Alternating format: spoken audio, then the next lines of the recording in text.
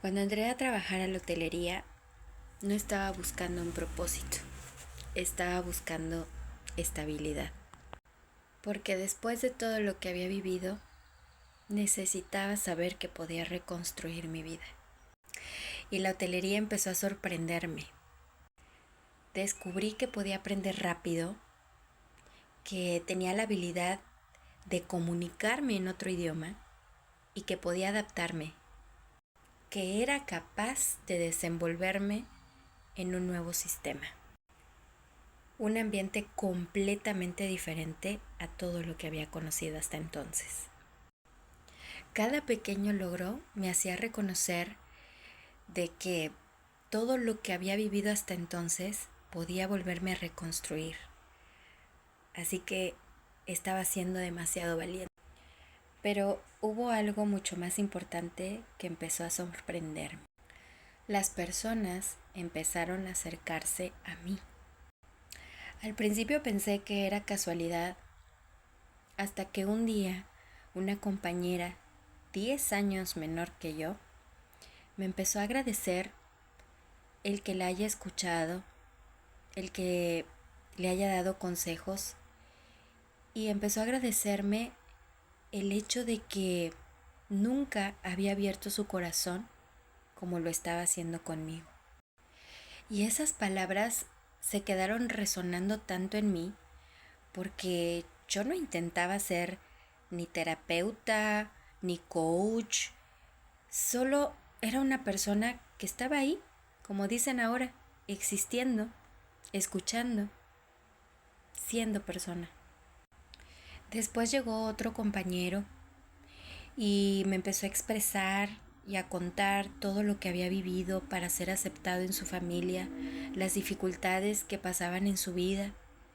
Y yo, honestamente, lo único que hacía era escuchar. Y entonces empezaban a llegar otras personas a mi vida a contarme sus problemas, sus cosas, las cuestiones, a filosofar si quieres, pero eso realmente me empezaba a sorprender porque se repetía y se repetía y se repetía y yo realmente no sabía qué hacer o cómo tomarlo, porque lo único que hacíamos era hablar, reflexionar y por ahí después ellos tomaban decisiones de cosas que tenían postergadas y lo único que me decían eran gracias, gracias por escucharme, gracias por estar aquí, gracias.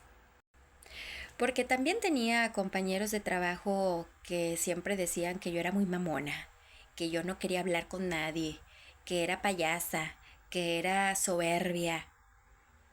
Y nada que ver, porque después se acercaban a mí y decían, oye, eres muy buena onda.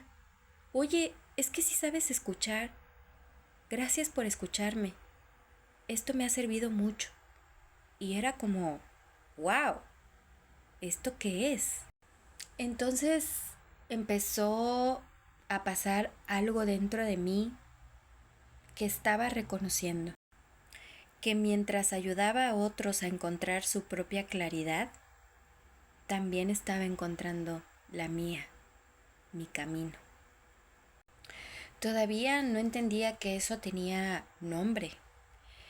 No sabía que muchos años después de eso era algo llamado coaching, desarrollo personal, acompañamiento, y que eso se iba a ser un propósito de vida.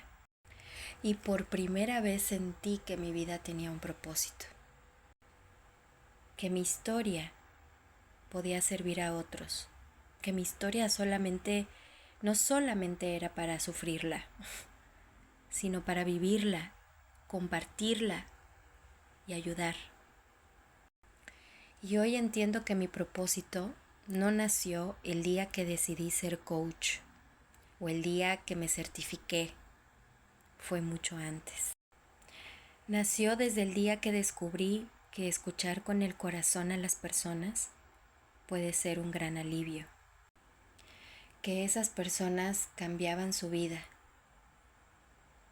y por tanto también empezó a cambiar la mía.